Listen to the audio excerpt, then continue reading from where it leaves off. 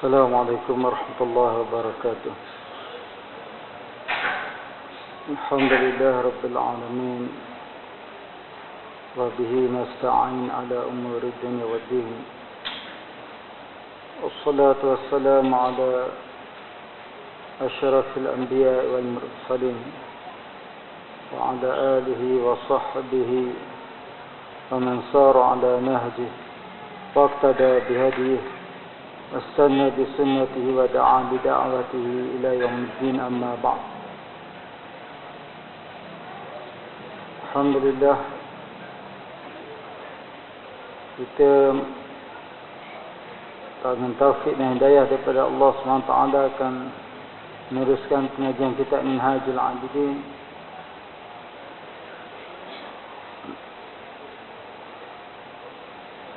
Karangan Imam Al-Ghazali rahimahullah ta'ala. Masih lagi kita dalam perbahasan berkenaan dengan khauf dan raja. Tapi ini adalah perbahasan penutup lah, perbahasan terakhir dan penutup berkenaan dengan khauf dan raja. Di mana dalam pasal yang terakhir ini dia akan musannif akan mendatangkan kisah-kisah berkenaan dengan khauf dan raja ini. Dimulai dengan kisah berkenaan dengan khauf dulu. Khauf artinya takut kepada Allah Subhanahu wa taala. Takut kepada makrullah, perancangan Allah Subhanahu wa taala.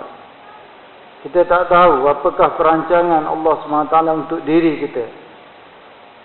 Tidak ada siapa yang tahu bahawa dia sa'idun ataupun syaqiyun. Dia ini akan orang yang bahagia ataupun dia orang yang malang. Jadi kita dah beritahu dahulu bahawa raja, khauf maknanya takut, raja maknanya mengharapkan, harap kepada rahmat Allah, harap kepada pengampunan Allah Subhanahu wa taala, harapkan Allah Subhanahu wa taala bagi kita kebahagiaan di dunia dan di akhirat. Jadi dalam aslus tsani ini fi af'ali azza wa jalla wa muamalatihi, asal yang kedua berkenaan dengan perbuatan-perbuatan Allah Azza wa Jalla dan cara muamalah Allah dengan para hamba-Nya. Musannif nak menerangkan, pengarang cuba menerangkan kepada kita, Imam Ghazali rahimahullah ta'ala nak terangkan kepada kita bagaimana walaupun seorang itu berada dia telah istiqamah dengan ketaatan, dia telah dapat Allah Ta'ala kurniakan taufik dan hidayah kepadanya sehingga dia telah berpuluh tahun istiqamah dengan kebaikan yang dia buat, tetapi dia tak boleh rasa aman daripada makrullah, daripada perancangan Allah, dan dia kena ada sifat takut kepada Allah SWT. Amma min jadimil khauf alam anna iblis abadahu samanina alfa sanah. Ini dia akan datangkan contoh kisah-kisah yang mana pembesar-pembesar al-muqarrabin, orang-orang yang hebat-hebat, berlaku perkara yang tak diingini pada mereka. Amma min janibil khauf, adapun dari pihak sifat khauf, fa'lam ketahui ilmu anna iblis abadahu samanina alfa sanah. Kita semua maklum bahawa iblis yang satu masa dulu namanya Azazil, dia pernah menyembah Allah SWT. Ada riwayat yang menyebut bahawa dia 80,000 tahun. Dia begitu hebat Azazil ini, menyembah Allah Ta'ala selama 80,000 tahun. Sehingga dikatakan bahawa ada pendapat mengatakan bahawa tidak ada satu tempat pun walaupun sebesar tapak kaki di arasy Allah SWT sana, melainkan Azazil ini telah sujud kepada Allah SWT walaupun sekali sujud. Tak ada tempat yang dia tak sujud. Seluas aras Allah SWT itu, semuanya ada malaikat sujud. Azazil ini semua tempat dia dah sujud. Tetapi ini dia panggil orang yang pernah berada dalam ketaatan yang hebat, maqam yang tinggi. Dia tak boleh berada dalam zon selesa. Rasa saya tak apa dah. Dah berpuluh tahun dah dia datang semayang fardu berjemaah istiqamah 5 waktu. Berpuluh tahun dah dia dah bertaubat, dah sebagainya, dah dia buat ketaatan begitu. Tengok iblis 80,000 tahun. Summa taraka amra wahidan fataradahu an badih. Apa kesalahan? Sekali saja dia telah meninggal perintah Allah, Allah Ta'ala telah halau dia, telah usir dia daripada pintu rahmat Allah Subhanahu Wa Ta'ala, dan Allah Ta'ala campakkan ke mukanya ibadah dia selama 80,000 tahun itu. Dan Allah Ta'ala laknat dia sehingga hari kiamat, dan Allah Ta'ala telah sediakan untuknya azab yang sangat pedih buat selama-lamanya. Bertukar Azazil menjadi iblis.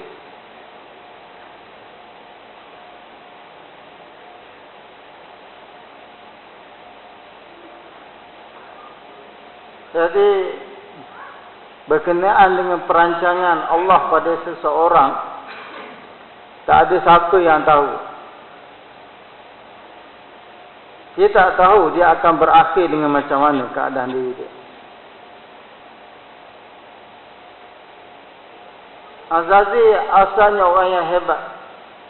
Bila Allah SWT ciptakan Adam AS, dan Allah Ta'ala perintahkan supaya semua malaikat sujud, Azazil rasa dia tak wajar sujud kepada Adam. Sebab dia diciptakan daripada api, Adam diciptakan daripada tanah. Dia rasa dia lebih mulia daripada Adam. Dengan alasan tu dia tak nak sujud. Khalaqtani min nar wa khalaqtahu min tin. Kau ciptakan aku daripada api, kau ciptakan Adam daripada tanah. Dia hina. Sebab itu dia makrus, mal'un, la'in dia. Dihalau, diusir, dilaknat oleh Allah SWT. Aba wastakbar wa kana minal kafirin. Iblis enggan sujud dan takabur, maka dia termasuk dalam orang yang kafir. Jadi kita tak boleh rasa aman sebab ni, sebab Azazil ni yang hebat, yang jauh lebih hebat. Boleh terjatuh terjunam dalam lembah kekufuran. Sehingga diuratkan bahawa ada riwayat menyebut bahawa Jibril alaihissalam pernah selepas peristiwa seperti ini, Jibril alaihissalam pernah bergantung di kelambu Kaabah, bertempik menyuruh, ilahi wa sayyidi, wahai Tuanku, la tughayyiru ismi wa la tubaddil jismi. Engkau janganlah ubah namaku dan janganlah engkau tukarkan jasadku. Takut dia. Peristiwa yang sama, peristiwa yang berlaku pada Azazil, dia takut menimpa diri dia sendiri. Jibril alaihissalam yang besar takut perkara ini. Kisah semua dia akan ceritakan di sini berkenaan dengan kisah-kisah. Kemudian Nabi Adam alaihissalam dan nabi-nabi yang akan disebutkan nantilah. Cuma untuk perkara yang kita kena tambah, kita kena ingat betul-betul, apabila disebut berkenaan dengan perkara-perkara yang berlaku kepada nabi-nabi, rasul-rasul alaihi wassalatu wassalam, kita jangan ingat dia satu dosa, nabi buat dosa. Tak. Intikad ahli sunnah wal jamaah, semua nabi-nabi dan rasul-rasul maksum, terpelihara, tak berbuat dosa, sama ada dosa besar ataupun dosa kecil. Apa yang berlaku sekadar apa yang ulama menyebut bahawa hasanatul abrar sayyiatul muqarrabin. Dia termasuk dalam bab perkara yang dianggap baik oleh orang-orang yang baik, masih lagi dianggap sebagai perkara yang jahat, buruk bagi orang-orang yang hampir dengan Allah. Jadi itu perkara yang berlaku kepada Nabi Adam AS. Dan kita maklum, bapa kita Nabi Adam AS, kekasih Allah SWT, Nabi Allah SWT, yang Allah Ta'ala ciptakannya dengan tangannya. Dan Allah Ta'ala suruh para malaikat sujud kepadanya. Dan Allah Ta'ala suruh bawa, pikul makhluk baru ni, Adam ni, di atas leher para malaikat, supaya datang dekat kepada Allah. Suruh malaikat sujud kepada ni, Adam AS. Duduk satu tempat yang ada menyebut, katanya tempat itu adalah syurga. Tapi adakah dia syurga yang sebenar-benar sebagaimana yang kita akan masuk nanti insya-Allah, ataupun dia ada syurga yang lain, menjadi khilaf di kalangan ulama. Allah bagaimanapun dia ada dalam syurga. Dan ada satu larangan, semua boleh buat, tetapi satu tempat, syajarah, satu pokok, jangan hampiri pokok ni, jangan makan buah dia. Itu saja larangan. Hampiri pun jangan. Yang dikatakan syajaratul khuldi, pokok khuldi, itu nama yang diberi oleh syaitan. Bukan nama pokok tu sebenarnya, dia adalah pokok lah. Tak tahu macam-macam lah, dapat sebut macam-macam jenis buah apa, tak. Dia tak ada nama pokok tu. Syajaratul khuldi, perkataan khuldi makna apa? Khuldi makna kekal. Syaitan pun nama tu. Pokok kekal. Kamu makan, wahai Adam, kamu makan, kamu akan kekal dalam syurga. Itu syaitan bagi nama. Tapi dah masyhur dengan pokok khuldi, pokok khuldi. Dia tak ada nama pokok tu. Satu pokok yang dilarang, tapi sekali sahaja makan, terus dikeluarkan daripada syurga dan disuruh bahawa tidak boleh berada hampir denganku, kata Allah Ta'ala, orang yang melakukan perkara yang Allah Ta'ala tak suka. Kita tak kata buat maksiat lah, tak. Kita tak kata Adam buat maksiat, tidak sama sekali. Tapi Adam buat benda yang tidak layak dengan seorang Nabi. Allah Ta'ala terus perintahkan malaikat supaya bawa dengan katil dia sekali dan tolak dengan perlahan-lahan, tolak Adam dengan perlahan-lahan daripada langit ke langit sehingga menjatuhkan Adam AS ke muka bumi ini. Bermulalah kehidupan di muka bumi ini. Dan Allah Ta'ala tak terima taubatnya sehinggalah Nabi Adam AS menangis. Kata riwayat ada menyebut bahawa selama 200 tahun. Dan Nabi Adam dalam keadaan dihina, dalam keadaan musibah, sehinggalah Allah Ta'ala ilhamkan kepadanya, Rabbana wa zalamna anfusana wa illam taghfir lana tarhamna lanakunanna maghsirin. Nabi Adam berdoa dengan kerana sujud baca, sehinggalah Allah Ta'ala mengampuninya. Dan kekal keadaan perkara-perkara kesilapan ini kepada zuriat Adam AS. Itu contohlah bagaimana kita tak boleh rasa, kita tak boleh sama sekali berada di zon selesa. Maksudkan bahawa saya dah tak apa, saya dah okey dah, saya tak ada apa. Tak. Kita kena rasa curiga. Suuzon pada orang lain tak boleh, salah. Buruk sangka pada orang lain, salah sama sekali. Tapi tak salah kalau kita buruk sangka kepada diri kita sendiri. Saya ni serba kekurangan, saya ni banyak lagi dosa, banyak lagi tanggungjawab yang saya tak tunai dan macam-macam. Boleh untuk diri kita sendiri. Yang kedua, Nabi Nuh AS. Ingat bila sebut kisah Nabi-Nabi ni, dia sebut ringkas. Jangan kita ingat bahawa Nabi buat dosa. Tak, salah sama sekali. Nabi tak buat dosa. Nabi-Nabi, Rasul-Rasul, apa lagi? Nuh, Adam, Nabi yang pertama. Nuh, Rasul yang pertama. Sehingga dikatakan dia seolah-olah dia bapa manusia yang kedua. Sebab dengan peristiwa bahteranya yang menenggelamkan seluruh manusia, tak ada siapa yang tinggal kecuali pengikut. Nuh AS Syekhul Mursalin, syekh kepada semua rasul-rasul, alaihi wassalatu wassalam, dia telah sabar banyak dalam perkara agama ni. Tidak ucap apa-apa, melainkan hanya satu perkataan yang tak layak bagi seorang Nabi yang bergelar Rasul. Kita ingat bahawa ketika Nabi Nuh AS membuat bahtera, lalu datang banjir yang besar, dan Nabi Nuh AS mengajak anaknya, ya bunayyar kam ma'ana, wahai anakku, datanglah kepadaku, naik bahtera sama denganku. Tak, Nabi anak dia enggan, iaitu sa'awi ila jabal ya'simuni minal ma', aku akan pergi ke gunung yang boleh menyelamatkan aku daripada banjir besar ini. Tak, Nabi Nuh ni dia kata ni bukan banjir biasa, ni luar biasa punya banjir, ni bukan tsunami biasa, ni luar biasa yang akan menenggelamkan gunung. Tak, anak dia tak. Sehingga perkataan Nabi Nuh AS, inna ibni min ahli, minta pada Allah Ta'ala, selamatkanlah anakku, sungguh anakku daripada keluargaku. Tapi Allah Ta'ala membantah. Allah Ta'ala kata, innahu laisa min ahlik, anak engkau tu bukan daripada keluarga engkau, kalau dah tak beriman. Sehingga Allah Ta'ala tegur, Allah Ta'ala kata, fala tas'alni ma laisa laka bi'ilm, maka jangan kau wahai Nuh minta kepadaku perkara yang engkau tidak ada. Dan surah Hud Allah Ta'ala menyebut, fala tas'alni ma laisa laka bi'ilm, jangan kau minta kepadaku perkara yang kau tidak ada pengetahuan berkenaan dengannya. Inni a'udzuka an takuna minal jahilin, aku nasihat kepada engkau supaya jangan engkau termasuk di kalangan orang-orang yang jahil.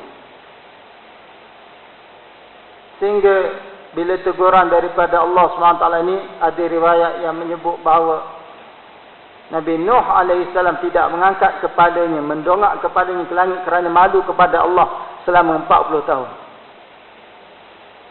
Nuh AS lagi maksum, Nabi, lagi Rasul. Walaupun begitu, sebagai seorang bapa, dia syafaqah, rahmah dia dengan anak dia. Dia rasa dia nak selamatkan sebab apa boleh. Diteguran daripada Allah. Dan dia minta lagi sehingga Allah Ta'ala tegur. Kemudian kisah Nabi Ibrahim Khalilullah. Ibrahim kekasih Allah SWT, Khalil, kekasih Allah. Sangat tinggi kedudukan Nabi Ibrahim, sangat tinggi. Kita sedar ketika Nabi SAW di Mi'rajkan, ketika Nabi menerima salat dan Nabi turun ke langit dunia. Tapi langit atas sekali, mula-mula daripada Arash turun, daripada Sidratul Muntaha turun, langit yang ketujuh. Siapa yang Nabi SAW jumpa? Nabi Ibrahim AS.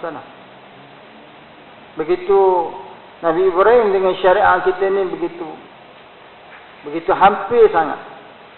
Sehingga nama Nabi Ibrahim disebut dalam tasyahud, dalam solat kita. Dan ibadah haji yang kita lakukan adalah ibarat daripada pengorbanan Nabi Ibrahim dan seluruh keluarganya untuk agama. Tak lebih daripada itu. Yang kita buat ibadah haji itu adalah pengorbanan Nabi Ibrahim dan keluarganya. Dalam keadaan begitu pun tidak ada apa-apa cacat celanya pada Ibrahim Khalilullah ini. Begitu takutnya dia kepada Allah, begitu tadarruknya, rendah dirinya kepada Allah.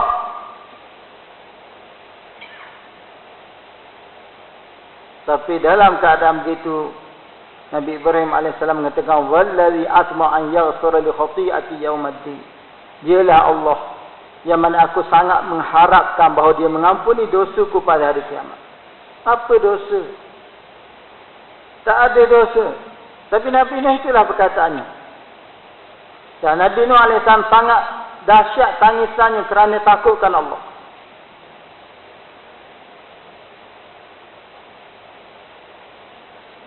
Ini Ibrahim bukan ada salah apa? Apa salah Nabi Ibrahim? Tak ada. Kesalahan, kalau nak kata kesalahan, kisah ni tak dinyatakan secara ni. Tapi kalau nak dikatakan kesalahan, kisahnya yang masyhur berkenaan dengan memecahkan berhala. Pecah berhala tak ada salah apa. Dan apa salah dia? Tak, dia sedikit mengatakan bahawa apabila Namrud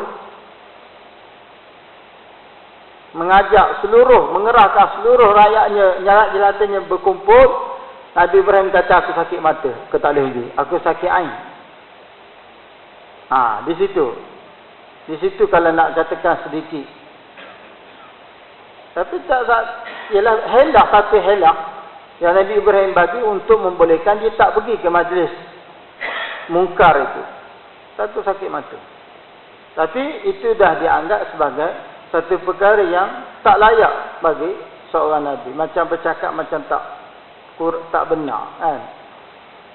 Wallazi atma'a yaghfira li khati'ati yawmadin. Sedangkan dia ada Khalilullah, kekasih Allah Ta'ala, sehingga dia menangis terlalu takut kepada Allah sampai Jibril alaihissalam, Allah SWT utuskan Jibril alaihissalam mengatakan, wahai Ibrahim, adakah engkau pernah melihat seorang kekasih akan mengazab kekasihnya di dalam api?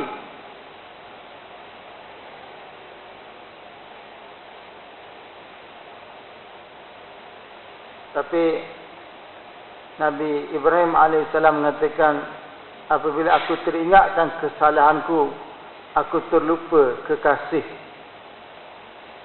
yang dia adalah kekasih Allah. Sebab dia teringat salah dia. Baik, Nabi Musa AS, ni orang yang hebat-hebat ni, ya Allah. Musa ulul azmi. Nabi Ibrahim pun termasuk dalam ulul azmi. Nabi Nuh pun termasuk dalam ulul azmi. Nabi Musa pun termasuk dalam Nabi ulul azmi. Nabi Musa tak ada salah apa, kecuali satu tamparan, satu tumbukan dalam kisah yang masyhur. Ketika Nabi Musa dibesarkan dari istana Fir'aun, itu kisah panjang lah. Tapi bila dia dah besar, dia dah keluar daripada istana itu, dia pergi main tengok. Nabi Musa kita tahu bahawa dia daripada Bani Israel. Fir'aun daripada Kibti. Itulah dua bangsa yang bertarung di Mesir. Kibti, Fir'aun. Menindas Bani Israel. Allah Ta'ala lahirkan seorang Nabi daripada Bani Israel, Nabi Musa AS. Satu hari Nabi Musa dia pergi berjalan, dia jumpa tengok ada pertarungan, ada berlaku perbalahan di antara pemuda Bani Israel dengan pemuda Kibti ini. Jadi Nabi Musa dia rasa macam dia nak tolonglah pemuda Bani Israel ini, dia bertempik, dia minta tolong supaya lepaskan dia daripada pemuda Kibti ini. Dan Nabi Musa angkat tangan. Dia Nabi Musa ni kuat, terkenal dengan kuat. Angkat tangan, gempa, tumbuk sekali je. Pemuda Kibti tadi tumbuk sekali, qada ajalih, meninggal tu. Sekali tumbuk, KO tu. Itu je lah kalau nak kata. Tetapi bagaimanapun dia begitu takut kepada Allah, istighfar kepada Allah, mengatakan, Rabbi inni zalamtu nafsi faghfirli. Contoh, aku telah menzalimi diriku sendiri, maka ampunilah aku. Dan kalau kita tengok kisah yang masyhur juga, itu kisah Nabi Musa. Seorang yang sangat masyhur, yang kita biasa baca, dengar kisah ni, Bal'am Ba'ura. Seorang waliullah yang hebat. Bal'am Ba'ura, seorang yang begitu hebat, dia punya ilmunya, ketinggian ilmunya sangat hebat. Dia punya ibadahnya sangat hebat. Kalau dia angkat tangan, tengok ke langit saja, nampak aras terbuka, pintu-pintu langit. Terus, doa dia terus diangkat ke aras Allah SWT. Dan kisah berkenaan dengan Bal'am Ba'ura ni, Allah tak sebut. Watla alaihim naba'al ladzi atainahu ayatina. Bacakanlah kepada mereka kisah orang yang kami bagi kepadanya ayat-ayat kami, orang yang alim lah, besar. Fansalakha minha. Tapi apa yang berlaku? Apa yang terjadi? Dia fansalakha syaitan. Maknanya dia akhir sekali dia ditundukkan kepada nafsu dia. Kan? Syaitan menjadikan dia sebagai pengikut. Bukan dia ikut syaitan. Syaitan jadikan dia, syaitan mengikuti dia. Maknanya syaitan jadikan dia sebagai pemimpin. Syaitan ikut dia. Bukan dia ikut syaitan. Syaitan ikut dia. Cuma saja, apa saja masalah Bal'am? Kesilapan sikit. Kesilapan kerana salah guna doa yang mustajab. Jadi untuk benda yang Allah Ta'ala murkai, Allah Ta'ala tak suka. Salah guna, orang sogok dia dengan emas, dengan dia pun doa, menyebabkan terkena. Orang tak suka kepada dakwah Nabi Musa, suruh dia doa dia. Baru nak berdoa terus, malaikat maut tarik nyawa dia, terjelir, mati terjelir. Mati terjelir ni, lidah jatuh ke dada ni antara tanda su'ul khatimah. Jadi sebab tu ni awliya yang sebab Allah Ta'ala terus umpamakan dia seumpama anjing. Famasu kama silkat intahmil alaihi ras atau tatruku yalas. Perumpamaan orang yang menukarkan ilmu dia, tukar ilmu akhirat ni dengan dunia, sama seperti keadaan anjing yang mana kalau kau dia sentiasa menjelaikan lidahnya, kalau kau bagi dia sesuatu pun dia menjelaikan lidah, kalau kau biarkan dia pun dia tetap menjelaikan lidah. Sama seperti anjing, tak menyebabkan dia terjatuh dalam laut kesesatan dan kebinasaan sehingga hari kiamat.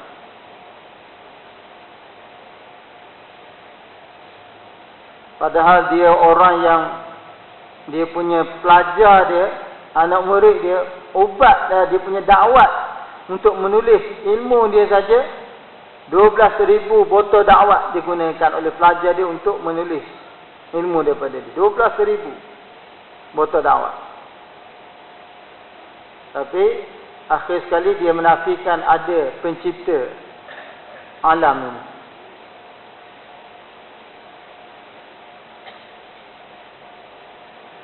Ini maknanya khususnya kepada para alim ulama lah. Kisah Bal'am Ba'ura ni memang tamparan khusus untuk para alim ulama yang terpengaruh dengan dunia, sehingga tak dapat nak bercakap benar. Dia kena ingatlah kisah-kisah itu. Kemudian Nabi Daud alaihissalam, tentang kesalahan dia kita tak perlu sebut sebab dia ada khilaf. Apa kesalahan Nabi Daud alaihissalam? Walau bagaimanapun dia merasakan dia bersalah, dia ada buat benda yang salah, dia menangis sehingga air tangisan dia tu menumbuhkan rumput daripada tanah. Yang mana dia menangis?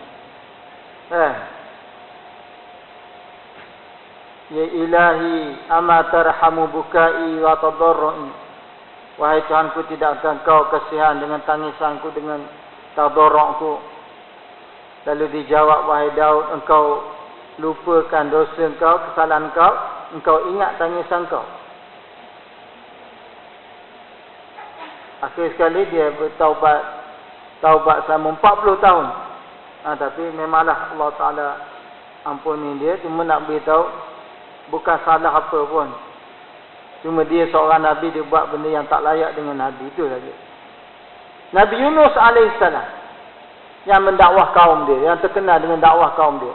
Tak ada salah, jangan siapa dia kata salah. Kata Nabi Yunus kerana dia sebab dia tinggal dakwah lah menyebabkan. Jangan keluarkan perkataan macam tu. Itu perkataan tu boleh menyebabkan kufur, siapa dia kata macam tu. Sebab tinggal dakwah ni menyebabkan satu dosa yang besar. Bukan kerana dia tinggal dakwah apa, dia cuma ialah setelah berdakwah, memberi amaran, memberi nasihat berpuluh tahun, kaum dia buat tak enak saja. Dia merasa macam merajuk sikit je kan dengan kaum dia tu. Dia tak ada rasa salah, tak tinggal apa pun. Dia lari naik bahtera kapal. Kisah yang maklum bahawa akhir sekali berlaku gelora, menyebabkan dia kapal tu nak tenggelam. Lalu ketua kapten dia kata kita kena seorang daripada ni mesti dijatuhkan, baru boleh stabil. Mesti ada seseorang yang membuat silap. Undi kena kepada Nabi Yunus AS. Buah lagi, ni seorang yang baik, ni semua kata orang baik. Undi lagi kena pada dia, undi lagi kena pada dia. Entah boleh ni kena, dia kena campakkan ke laut. Bila dicampakkan, ibtala'ul hut, ikan yang besar telan dia. Namanya Yunus AS. Tetapi dalam kisah dia dalam Quran tak sebut lagi dah nama dia Yunus, tapi disebut Zan ataupun Zunnun, Zunnun, orang yang berada dalam perut ikan nun, ikan lah, dalam perut ikan yang besar, ikan paus, ikan yang besar. Di mana sepanjang berada dalam perut yang panas, yang perut ikan yang panas, yang boleh menyebabkan hancur lebur. Tapi Nabi Yunus AS mengatakan, La ilaha anta subhanaka inni kuntu minadh zalimin. Suaranya didengar oleh malaikat. Malaikat kenal suara ni. Ini suara yang kita kenal tapi tak tahu di mana dia. Mengadu kepada Allah. Wahai Allah, kami dengar satu suara yang mana kami sangat kenal suara itu tapi kami tak tahu di mana. Zalika sautu abdi Yunus. Allah Ta'ala menyebut itulah suara hamba-Ku Yunus. Malaikat minta syafaat semua sekali kan. Allah Ta'ala panggil dia dengan Zannun ataupun Zunnun. Allah Ta'ala sebut faltaqamal hut wa huwa mulim. Dia ditelan oleh ikan hut ni, ikan yang besar. Bukan ikan hut lah, maknanya ikan yang besar. Ikan paus, ikan apa, tak kira ikan yang besar. Dalam keadaan dia ialah seorang yang buat silap tadi. Falaula annahu kana min musabbihin falalabisa fi batni ila yaumi yub'atsun. Kalaulah dia tak termasuk orang yang bertasbih kepada Allah, orang yang sentiasa istighfar kepada Allah, tasbih, so tentu dia akan kekal dalam perut ikan sehingga hari kiamat. Begitulah kepada Nabi kita Nabi Muhammad sallallahu alaihi wasallam, tak melakukan apa-apa kesilapan langsung. Nabi kita tak ada langsung. Kalau kata silap ke apa, langsung tak ada. Dah macam mana, walaupun tak silap, memang tak silap langsung lah. Buat benda yang menyalahi sebagai sifat seorang Nabi pun tak ada pada Nabi Muhammad SAW. Seorang satu-satunya Nabi yang tak buat apa-apa langsung. Perkara-perkara yang tak layak dengan Nabi tak ada. Nabi Muhammad SAW tak pernah buat. Dalam keadaan begitu Allah Ta'ala perintah, fastaqim kama umirta wa man taba ma'aka wa la tatghaw innahu bima ta'maluna basir. Dalam surah Hud ini terkenal lah. Fastaqim kama umirta. Hendaklah kamu istiqamah, wahai Nabi, sebagaimana diperintahkan kepada engkau. Begitulah juga orang yang bersahabat, maksud orang yang beriman bersama dengan engkau, hendaklah istiqamah dengan ajaran Islam, dengan iman. Jangan kau melampau, sesungguhnya Allah Ta'ala Maha mengetahui terhadap apa yang, Maha melihat terhadap apa yang kamu lakukan. Sehingga Nabi sallallahu alaihi wasallam menyebut syayyabatni hudun wa akhawatuha. Surah Hud ini dan surah-surah yang sebelumnya telah menyebabkan rambutku, kepalaku beruban. Berat. Macam mana nak suruh istiqamah dengan dakwah, istiqamah dengan bebanan dakwah yang begitu berat, dengan perintah Allah Ta'ala yang maha berat. Tapi fastaqim kama umir. Walaupun menghadapi tentangan yang hebat, Allah Ta'ala perintahkan Nabi supaya istiqamah. Wastaghfir li dzambik. Allah Taala perintah minta ampun terhadap dosa engkau. Dan kalau Nabi sallallahu alaihi wasallam maksum, tidak ada dosa, dan Nabi sallallahu alaihi wasallam menyebut aku istighfar kepada Allah 70 kali sehari. Ada yang menyebut 100 kali. 70 kali sehari. Seorang Nabi yang maksum istighfar kepada Allah, taubat kepada Allah 70 kali sehari. Sehingga Allah Taala menurunkan firman-Nya, wa wada'na 'anka wizrak allazi anqadha dhahrak. Kami telah membuang daripada engkau kesalahan engkau, dan kami allazi anqadha dhahrak, yang membebankan belakang engkau. Sebenarnya Allah Ta'ala telah mengampuni seluruh dosa Nabi sebelum Nabi buat apa kesalahan lagi. Allah Ta'ala dah ampun. Maknanya Nabi tak pernah ada dosa. Liyaghfira laka ma taqaddama min dzambika wa ma ta'akhkhar. Itu untuk Nabi itu. Sedangkan Nabi tak buat dosa, supaya Allah Ta'ala mengampuni bagi engkau wahai Muhammad dosa engkau lalu dan dosa engkau yang kemudian. Padahal Nabi tak ada dosa. Dan Nabi sallallahu alaihi wasallam keadaan maksum seperti itu. Nabi sallallahu alaihi wasallam melakukan qiyamul lail sehingga tawarramat qadamah, sehingga bengkak betis Nabi sallallahu alaihi wasallam. Bayangkan seorang yang maksum, sehingga orang tegur dia, atafa'alu hadza ya Rasulullah wa qad ghafarallahu laka ma taqaddama min dhanbika wa ma ta'akhkhar. Kenapa engkau buat begini wahai Rasulullah? Engkau ibadah sampai bengkak betis ni, sedangkan engkau seorang yang telah maksum, yang diampuni dosa engkau dahulu dan kemudian. Afala akuna abdan syakura. Rasul menjawab, bukankah aku ni seorang hamba yang bersyukur? Bukankah aku suka menjadi seorang hamba yang bersyukur? Sebagai tanda kesyukuran aku kepada Allah, dan aku beribadat terus kepada Allah tanpa jemu, merasa kemanisan ibadat. Dia dah sampai tahap seronok dah, bukan terlalu sekarang tu seronok buat ibadat. Orang yang rasa seronok buat ibadat ni, makam yang paling tinggi makam Rasulullah, jelas terlalu jauh lah kan. Kalau orang panggil ingatan manusia ni, sembahyang seseorang tu mengikut ala qadri ma aqala min, mengikut kadar yang seorang tu ingat dalam solat, dia akan dapat pada mengikut ingatan dia. Dia ingat banyak mana keadaan dia dalam solat. Kalau dia banyak ghaflah, lalai, terbang, melayang sana fikiran dia masa dalam solat, maka kuranglah pahala dia. Jadi kalau kita orang yang mubtadi, orang yang baru nak belajar ilmu tasawuf dan sebagainya ni, kita terpaksa takalluf, menyusahkan diri kita untuk peringkat awal untuk khusyuk ni. Kita terpaksa tarik, lari saja ingatan, kita terpaksa tarik supaya ingat kita dalam solat, ingat. Orang yang hebat, wali-wali Allah Ta'ala, orang yang semakam yang tinggi, mereka bila masuk dalam solat terus ingat pada Allah. Untuk ingat benda-benda lain dia takalluf, dia jadi susah. Dia jadi nak ingat benda lain pada Allah tu jadi susah. Kalau Nabi alaihissalam tak ada langsung lah ingat pada benda, ingat pada Allah. Di luar solat pun macam tu, apalagi dalam solat. Tapi kalau Nabi sallallahu alaihi wasallam dalam begitu pun mengatakan, lau anni wa Isa ukhirna bima kasabat hatani la'izibna azaban la ya'zibu ahad minal alamin. Jikalau aku, kata Nabi, dan juga Isa alaihissalam, kami berdua ni buat kesalahan, so tentu kami akan diazab dengan azab yang tidak akan diazab seseorang makhluk pun, tak ada. Dan Nabi sallallahu alaihi wasallam kadang maksum macam tu, bangun malam menangis dan mengatakan, a'udzu bi'afwika min iqabik wa biridhaka min sakhatik wa a'udzu bika minka la uhsi sana'an 'alaika anta kama asnaita 'ala nafsik. Dan kadang Nabi maksum, Nabi berdoa, aku berlindung dengan kemaafan engkau daripada dosa, aku berlindung dengan kemaafanmu ya Allah daripada seksaanmu, dan aku berlindung dengan keredaanmu ya Allah daripada kemurkaan kemarahanmu. Aku berlindung denganmu ya Allah daripada azabmu. Aku tidak mampu untuk memuji engkau ya Allah, engkau sebagaimana yang kau puji diri engkau sendiri. Begitu sekali. Para sahabat radhiyallahu anhum, para sahabat Nabi sallallahu alaihi wasallam radhiyallahu anhum, dan kadang mereka adalah talamiz zakiyah, pelajar-pelajar Nabi yang paling cerdik, bijak, yang hebat radhiyallahu anhum, setiap mereka radhiyallahu an. Dalam keadaan begitu mereka bergurau, mereka ketawa. Dan kadang ketawa bergurau tu Allah Ta'ala turun firman-Nya, alam ya'ni lil ladzina amanu an takhsha qulubuhum li dzikrillah. Belumkah lagi sampai masa untuk orang-orang yang beriman tunduk, khusyuk hati mereka mengingati Allah.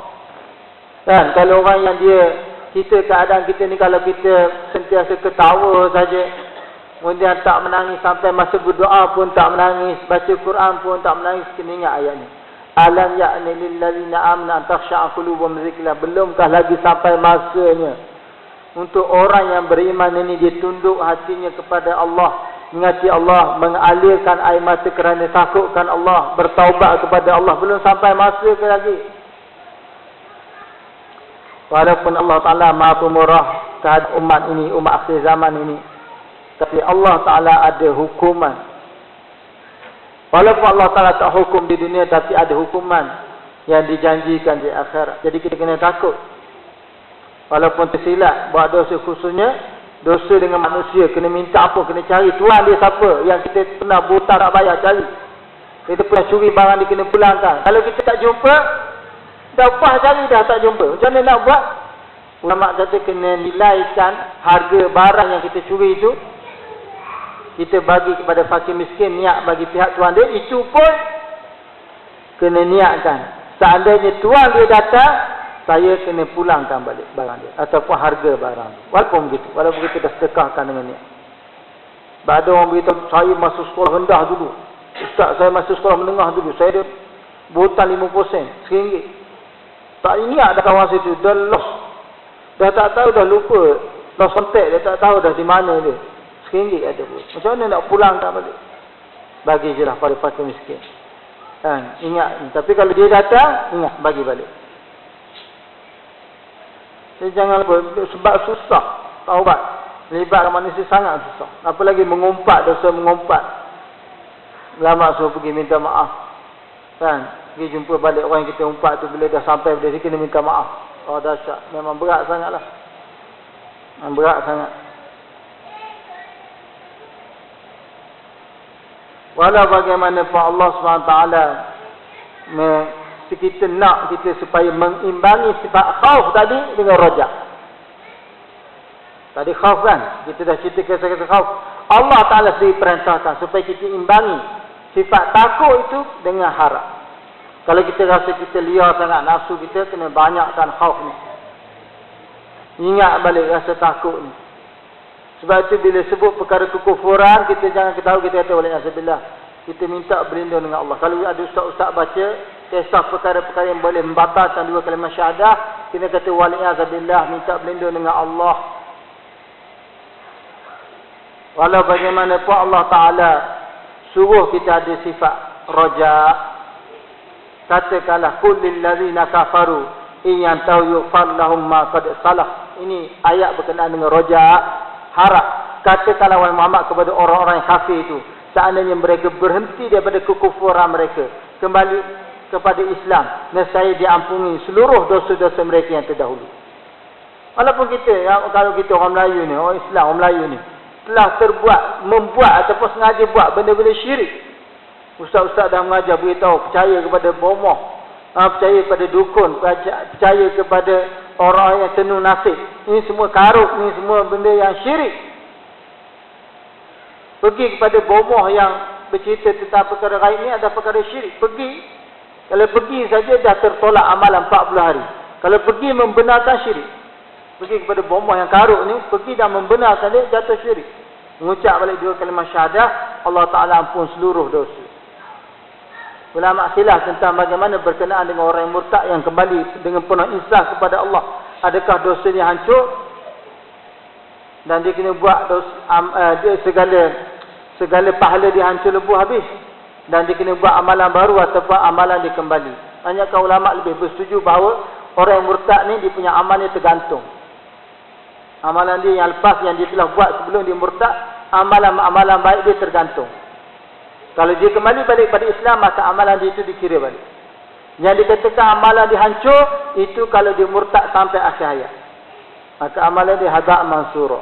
Jadi debu yang berterbangan. Tak ada apa.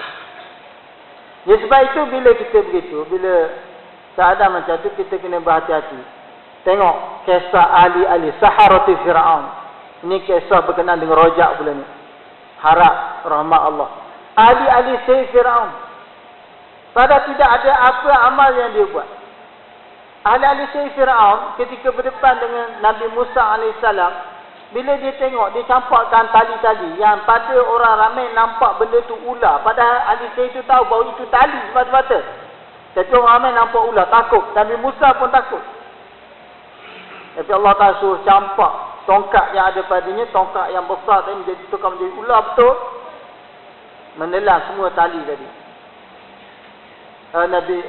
Ahli sihir Fir'aun mengatakan ini bukan sihir, ini bukan sihir. Yang Musa buat ni bukan sihir. Sebab sihir dia tak boleh buat macam tu. Dia tak boleh tali telan tali, tak mungkin. Ini bukan sihir, ini mukjizat. Terus mengatakan amanna bi rabbil alamin, kami beriman dengan Tuhan seluruh alam. Amanna. Dan kalau tidak dinyatakan langsung apakah amalan yang dibuat. Selepas itu Fir'aun begitu marah sekali, aku akan potong kaki dan tangan kamu secara bersilang. Adakah kamu beriman sebelum aku beri izin kepada kamu? Tak, kami tak kira. Kalau kamu nak buat apa pun, buatlah, kata ahli sihir Fir'aun. Kalau nak azabkan tu pun, azablah. Kamu boleh azab di dunia ini saja. Dia dibunuh, ahli sihir itu dibunuh dan dia beriman kepada Allah. Tak buat apa-apa amal lagi pun. Sekadar mengatakan amanah, sekadar mengucap, sekadar beriman. Kemudian terus dia dapat masuk syurga Allah SWT. Dalam satu lahzah saja, dalam satu second, satu saat saja, dia terus dengan amanah bi Rabbil Alamin, dia terus masuk syurga Allah SWT, kekal abadi. Kita tengok Ashabul Kahfi. Allah Ta'ala cerita kisah Ashabul Kahfi, kisah penghuni gua yang besar. Allah Ta'ala bila sebut tentang satu peristiwa, Allah Ta'ala benda-benda yang remeh Allah Ta'ala tak sebut. Nabi pun tak cerita. Ni kita duk cari. Yang pertama, gua Al-Kahfi. Di mana lokasi dia ni? Di Syria. Ada yang kata di Jordan. Jordan kata di negara dia. Syria kata dia. Tak apalah, ada ramai yang berkata Jordan, pergilah kat Jordan. Lepas tu cari pula siapa nama Ashabul Kahfi, berapa orang bilangan. Pada Allah Ta'ala tak sebut pun berapa bilangan dia, berapa orang. Tak ada Allah Ta'ala sebut bilangan dia berapa. Cuma pendapat yang kuat mengatakan mereka adalah 7 orang. Baiklah, bilangan 7 orang kita kata. Nama tak disebut langsung. Siapa dia Ashabul Kahfi itu, langsung Allah Ta'ala tak sebut dalam Quran. Siapa nama-nama mereka, dan Nabi SAW tak pernah sebut dalam hadis siapa nama-nama mereka. Orang yang tulis nama Ashabul Kahfi itu ambil tampar di dinding sebagainya, itu semua karut, itu semua ambil daripada Israiliyat. Sumber dia daripada Israiliyat, tak ada dalam hadis. Itu semua cerita itu dia ambil daripada kisah Israiliyat lah, kisah yang ahli kitab yang dibuat oleh Bani Israel. Dan bila datang apa-apa berita daripada Bani Israel, sikap kita, Nabi SAW beritahu, bila apa-apa berita datang daripada Bani Israel ini, kamu kena ukur dengan Quran dan hadis. Kamu jangan kata bohong, dan jangan juga membenarkan dia. Bohongkan dia pun tidak, membenarkan dia pun tidak. Tapi kita mengatakan, kalau kisah itu betul dengan Quran dan hadis, kita beriman. Kalau tak betul dengan Quran dan hadis, kita tolak. Apa faedah pergi tahu nama Ashabul Kahfi? Apa faedah? Kalau ada faedah, tentu Nabi akan beritahu. Kalau adalah sedikit faedah tentang nama Ashabul Kahfi, sudah pasti Nabi akan beritahu. Ini Nabi tak beritahu. Sebab itu bukan maksud. Maksud daripada Ashabul Kahfi nak beritahu bagaimana mereka yang pada asalnya jauh daripada Allah. Mereka pemuda-pemuda yang mengenepikan sifat pemuda sebagaimana orang lain yang suka enjoy sebagainya. Mereka menjadi taubat kepada Allah. Irqamu faqalu rabbuna rabbus samawati wal ard lan nad'u min duni ilaha.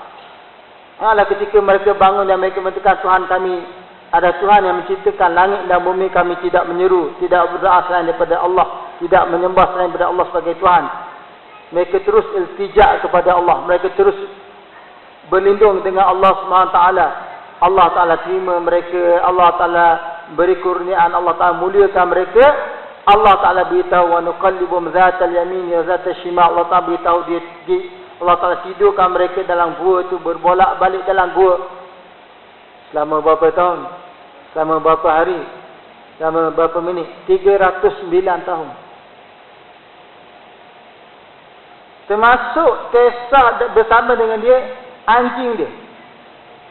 Dan dia adalah pemuda-pemuda yang mana dia masuk syurga bersama dengan anjing dia pun masuk syurga. Kawit talaq ta'ala la wallaita minhum firara wa la mulita minhum rubba. Pada asalnya lah, kalau kita tengok dia semacam rupa yang menakutkan. Tak, Ashabul Kahfi orang yang mulia. Allah Ta'ala nak beritahu begitu hebatnya Allah. Allah Ta'ala masukkan dia dalam keadaan syurga, masukkan mereka dalam syurga, termasuk anjing dia pun. Kan? Masuk sekali.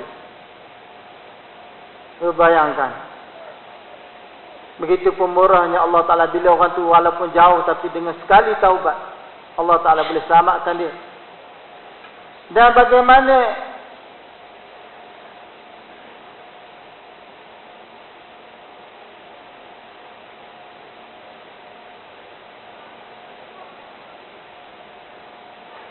Allah SWT menyebut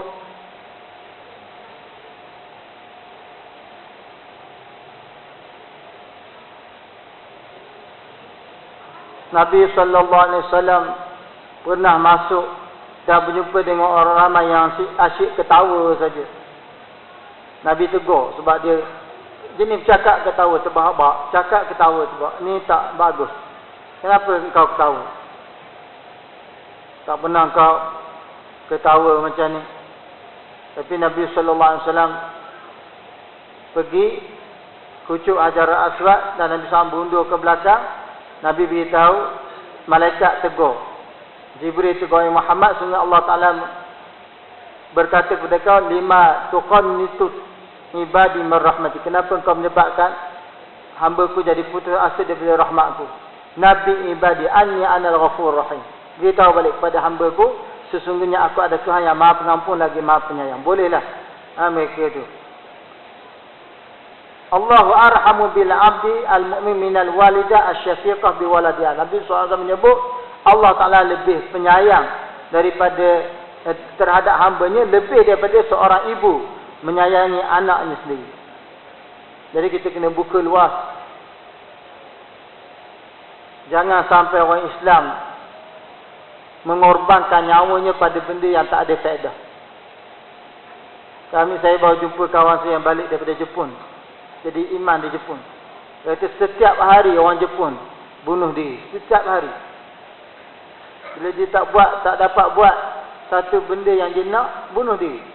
Kita masuk pensyarah universiti. Kalau dia rasa dia gagal memberi ilmu kepada pelajar, dia bunuh diri. Jangan kita orang Islam bunuh diri. Ingat ni, orang yang nampak dia dah kena stres yang begitu, kan? Beritahu dia rahmat Allah Ta'ala sangat luas. Allah Ta'ala ada 100 rahmat. Dengan satu rahmat Allah menyebabkan seluruh kita berkasih sayang. Haiwan liar berkasih sayang. Tak pijak anak dia, walaupun dia binatang buas. Tak pijak anak dia, tak injak anak dia, tak kasihnya, sayangnya, kan? Jadi ada Allah Ta'ala dengan satu rahmat Allah Ta'ala turun ke atas muka bumi ni. Kita tengok seorang ibu, dia ada anak dia begitu kasih, begitu sayang. Walaupun dia orang bukan Islam pun, walaupun dia begitu sayang, kasih sayang tu ada pada dia. Bayangkanlah 99 rahmat yang Allah Ta'ala simpan dan Allah Ta'ala akan bagi kepada ahli syurga nanti. Bagaimana bentuk kasih sayang? Tak ada hid, tak ada hasad lagi, tak ada dengki lagi dah di dalam kalangan ahli syurga. Sifat dia tak ada benda-benda macam tu. Tak ada. Dia tak ada sifat-sifat yang tak baik. Dia begitu bagus, itu sifat ahli syurga. Dan nak beritahu sesungguhnya Allah Ta'ala ada 100 rahmat. Satu daripadanya Allah Ta'ala telah bahagikan di antara jin dan manusia dan binatang. Dengan rahmat tersebut mereka berkasih sayang. Dengan sebab rahmat mereka, dengan sebab itulah mereka saling berkasih sayang. Dan Allah Ta'ala simpan 99 lagi pada zat Allah Ta'ala, yang mana Allah Ta'ala akan gunakannya untuk hamba-hambanya pada hari kiamat nanti, untuk hamba Allah Ta'ala yang beriman. Bayangkan rahmat Allah Ta'ala di akhirat nanti, kan? Jadi Allah Ta'ala tidak akan mensia-siakan dengan rahmat, dengan rahim Allah Ta'ala. Kalau kita jangan, walaupun betul kita kata dosa bertaubat ini ada 3 syarat. Yang pertama, mesti kita tinggalkan seluruh dosa yang kita buat. Ikhlas. Kalau kita betul-betul bertaubat kepada Allah, kita kena tinggalkan semua dosa yang kita buat. Itu syarat yang pertama. Nak tinggalkan dosa. Yang kedua, mesti azam sungguh-sungguh bahawa kita tak akan kembali lagi kepada dosa yang kita buat. Yang ketiga, menyesal. Atau bahkan inilah syarat yang besar sekali, an-nadmu, menyesal. Ini syarat taubat yang paling besar, ialah menyesal. Al-taubat an-nadmu. Taubat ni menyesal. Tapi kalau taubat, kalau melibatkan dosa dengan manusia, tambah satu lagi syarat, itulah minta maaf, minta ampun dengan manusia. Payah. Dosa dengan manusia payah. Walau bagaimanapun kita rasa, ya Allah, saya dah berdosa, tak tahu dengan siapa dia, minta taubat terus kepada Allah. Imam Ghazali dia akan sebut, dia mungkin dah sebut dalam kitab yang lain. Imam Ghazali sebut, walaupun begitu taubatlah sungguh-sungguh kepada Allah SWT, kerana Allah Subhanahu Wa Taala dalam tangannya, dalam genggamannya seluruh hati-hati manusia ini. Jadi Allah Ta'ala kalau kita taubat sungguh-sungguh, maka Allah Ta'ala pasti akan melembutkan hati dia. Dia akan maaf kita di akhirat nanti. Dan lebih daripada itu banyakkan lagi. Banyak lagi perkara. Kalau kita dah tak jumpa orang yang kita pernah, kita rasa kita zalimi dia, kita di saat di belakang dia, kita kena doakan sungguh-sungguh keampunan untuk dia. Kalau kita masih ingat nama dia lah. Ataupun kalau kita tak ingat, kita sebut secara rambang lah, sebut, ya Allah, semua orang yang aku pernah zalimi dia, aku pernah kutuk dia, aku pernah buat mengumpat dia dan sebagainya, ya Allah, engkau ampunilah dosa-dosa mereka, ya Allah. Doa daripada orang yang ghaib, daripada orang yang doa untuk seseorang di belakang dia adalah mustajab. Sebab tu syekh-syekh yang besar, bila dia nak anak murid dia taraqi, anak murid dia ni meningkat rohani, kerohanian dia, maqam dia, dia kata, apa saja yang kamu nak, kamu doa untuk saya. Jadi sebab orang tu bila dia doa untuk, katakan doa untuk ibu bapa dia doa benda yang baik, dia doa untuk benda yang baik, ibu dia pun tak tahu selain daripada doa pengampunan lah. Apa saja yang dia risau tentang ibu dia, tengok ibu dia yang tak ada, mungkin kurang taat ke apa, dia pun doa sungguh-sungguh. Di belakang ibu dia pun tak tahu. Para malaikat bukan sekadar mengaminkan doa tersebut mustajab, bahkan perkenankan dimulai dengan orang yang berdoa itu sendiri. Apa saja yang dia minta, daripada untuk ibu dia, katakan untuk bapa dia, untuk saudara mara dia, di belakang tanpa mengetahuan saudara mara dia ataupun kawan-kawan dia, tak kira siapa dia pun, tanpa mengetahuan saudara dia, para malaikat akan mengaminkan doa tersebut. Dan para Allah Ta'ala suruh supaya perkenankan doa itu dan dimulai dengan orang yang berdoa itu sendiri. Perkenankan untuk orang berdoa itu. Kalau diminta, ya Allah, panjangkanlah umur dia dengan dalam ketaatan kepadamu, ya Allah, Allah Ta'ala akan panjangkan umur dia dulu dalam mentaati perintah Allah. Banyak lagi ya. Dan kelebihan doa panjang umur dan ketaatan ini sangat besar lah. Sebab apa kita sentiasa doa panjang umur dalam taat, sebagaimana kisah yang masyhur, dua orang pemuda di zaman Rasulullah sallallahu alaihi wasallam yang berlumba-lumba untuk melakukan ketaatan dan berlumba-lumba untuk masuk syurga. Bayangkanlah kalau ada pemuda zaman sekarang berlumba untuk masuk syurga lebih awal. Berlumba, dia orang lain berlumba dengan benda lain. Dia kawan yang baik, dua orang pemuda zaman Rasulullah, dia berlumba untuk buat baik. Tiba-tiba seorang pemuda ni dia meninggal, mati syahid di medan perang. Kawan dia mati seminggu selepas tu. Ada riwayat menyebut mati setahun selepas itu. Tiba-tiba ada sahabat yang lain bermimpi, orang yang mati kemudian ini, sahabat dia yang seorang yang mati kemudian, masuk syurga lebih dahulu daripada yang awal, yang mati syahid tadi. Lalu sahabat ni rasa heran, beritahu kepada Rasulullah SAW. Rasulullah, aku mimpi orang sahabat tu yang berlumba tu, dua-dua sekarang ni dah meninggal dunia, dua-dua masuk syurga belaka. Tapi yang mati syahid tu, yang mati kemudian tu masuk syurga lebih awal daripada yang mati syahid. Yang mana? Kalau kita kiranya orang yang mati syahid ni, dia mati syahid, kemudian dia masuk syurga tanpa hisab, orang mati syahid ni. Dia macam mana boleh orang lain masuk syurga lebih dulu pada dia? Dia kata dalam Rasulullah sebut, dalam masa setahun, ataupun dia menyebut dalam masa seminggu tadi, ataupun dalam masa setahun, berapa banyak puasa yang dia telah berpuasa kepada Allah.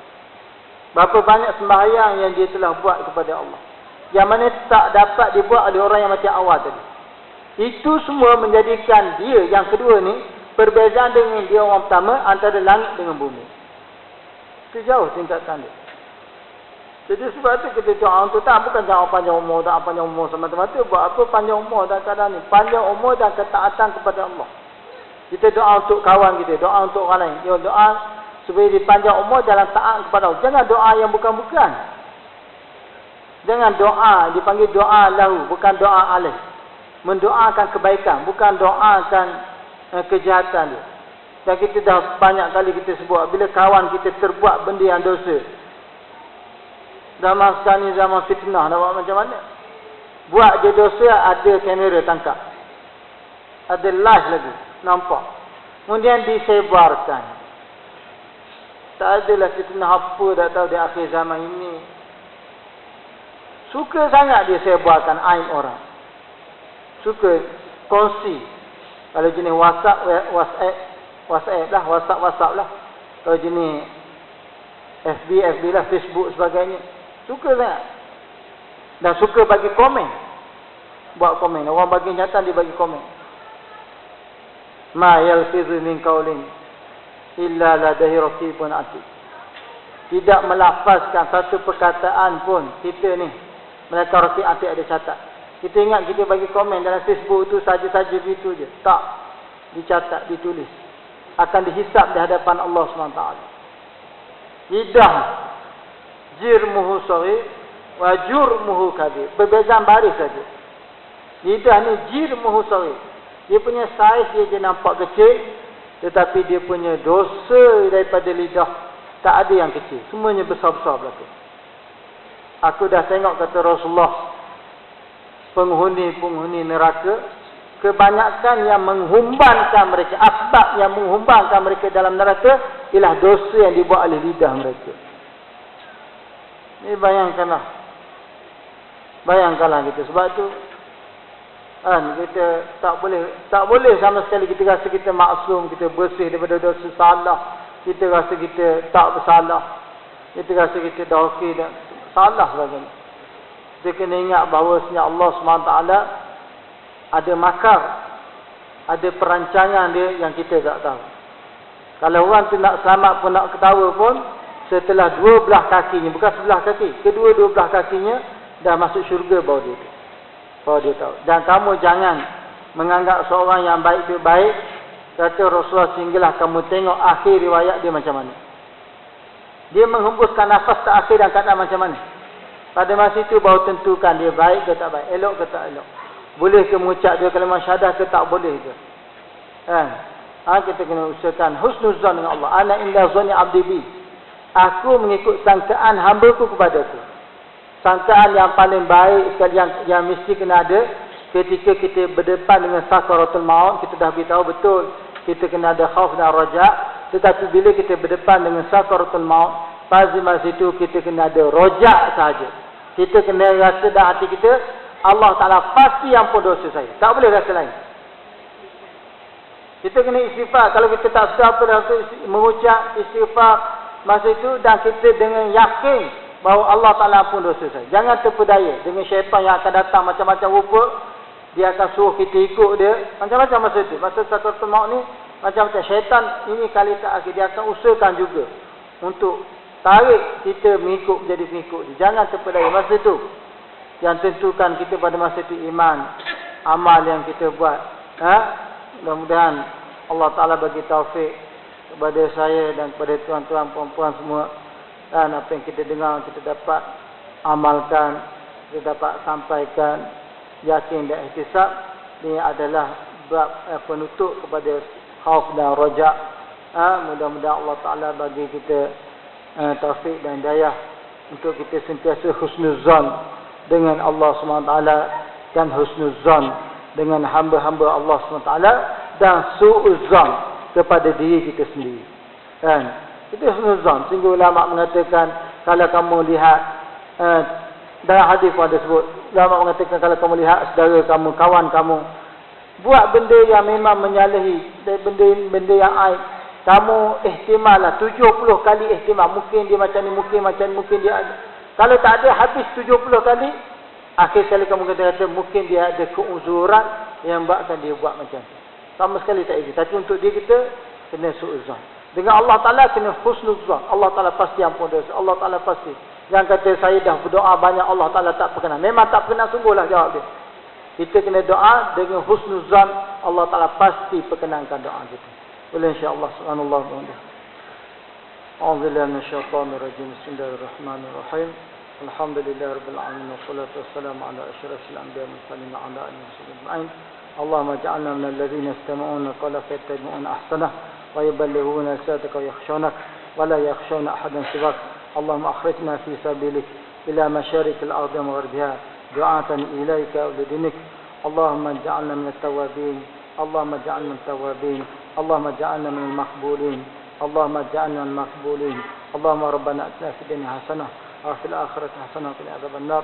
Subhana rabbika rabbil izzati amma yasifun. Qabbalallahu.